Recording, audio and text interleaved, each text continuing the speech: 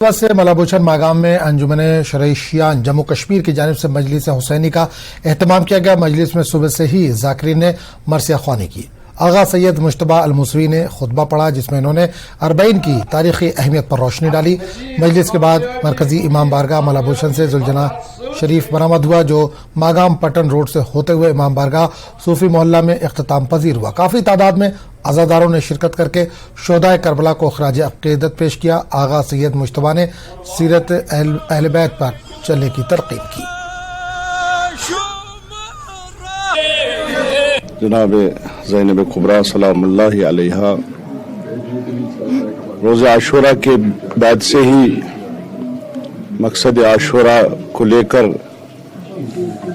کوفے سے شام پہنچی اور شام کے دربار میں یزید کو بے نقاب کیا، یزید کی اصلیت اور حقیقت کو آشکار کیا، یزید کو اس طرح سے بے نقاب کیا کہ رہتی دنیا تک یزید کی حقیقت چھپانے سے بھی نہیں چھپ رہی ہے۔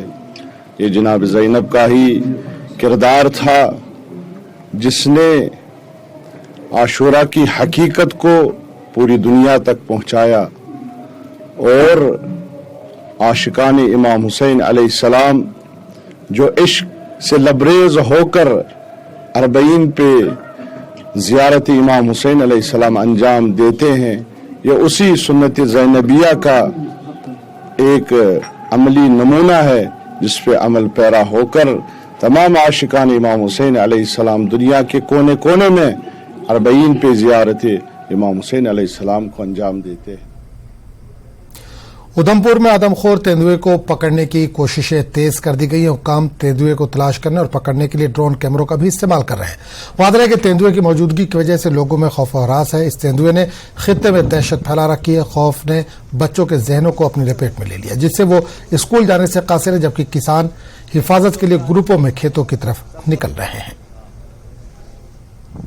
یہ جو 2 ستمبر کو جو انفارچونیٹ بڑا ہی دکھد ایک گھٹنا گھٹی تھی، یہاں پہ ایک بچی کی لیپرڈ اٹیک میں موت ہوئی تھی، تب سے لگاتار جو ہمارے وائلڈ لائف ہائر اپس کی طرف سے بھی انسٹرکشن تھی اور یہاں پہ local wild life department range office ادھم پور سے بھی ہم لگاتار ان ٹچ ہیں اور اس کی سرچ آپریشن جاری ہے۔ لیکن اس کے بیچ جیسا کہ آپ دیکھ پا رہے ہیں کہ یہاں کی جو ٹیرین ہے وہ کافی ہلی رگڈ اور ٹریچیس ہے۔ اس کو دیکھتے ہوئے ہم نے لوکل پولیس ایڈمنسٹریشن سے ڈرون سرویلنس کی ہمارے ہائر اپس نے ڈیمانڈ ریکویزیشن دی تھی اور آج ڈرون سرویلنس کی بھی ہم نے مدد لی۔ فارسٹ پروٹیکشن فورس ادھم پور کے امپلائیز کی ہم نے ایکسٹرا ان سے اسٹرینتھ اور بھی مانگی اور ٹیریٹوریل سٹاف ادھم پور کا اور پنچیری کا، وہ ساری ٹیمز کو ہم نے ایک جائنٹ گٹھن کیا جس میں کہ 4 الگ الگ ٹیمیں بنی اور جس طرح سے ٹیرین کا جو یہاں پہ آفٹر ریکانیسنس ہم نے دیکھا کہ وہ اس کے جو پرائیول یہاں پہ پگ مارکس دکھتے تھے یا اس کے باہر نکلنے کا راستہ تھا، ہم نے ان کو سبھی کو سیل کرنے کی کوشش کی آج اور صبح تقریباً کوئی 10:30 کے قریب ہم نے یہ جائنٹ آپریشن لانچ کیا۔ لیکن کافی ہماری جو لوکل PRIs تھے ان کا بہت ہی کوآپریشن رہی ہمارے ساتھ، لوکل لوگوں کی بھی، لیکن انفارچونیٹلی ابھی تک وہ ہماری پکڑ میں نہیں آیا۔ ہاں کچھ ایک ڈینس ضرور ہمیں ڈرون سرویلنس سے ان کا پتہ چلا ہے۔ محکمہ یوتھ سروسز اینڈ اسپورٹس کی جانب سے پلوامہ میں صوبائی سطح کے ہاکی ٹورنامنٹ کا آغاز کیا گیا۔ ہاکی ٹرف پر ہاکی ٹورنامنٹ کا DDC چیئرمین پلوامہ نے محکمہ youth services and sports Pulwama کے ڈسٹرکٹ آفیسر کے ہمراہ افتتاح کیا۔ اس ہاکی مقابلے میں کشمیر کے سبھی اضلاع کی ہاکی ٹیمیں حصہ لے رہی ہیں۔ اس موقع پر ٹورنامنٹ میں حصہ لینے والے کھلاڑیوں نے کہا کہ ہاکی ٹرف قائم ہونے سے کشمیر میں ہاکی کھیل کو اب فروغ حاصل ہو رہا ہے۔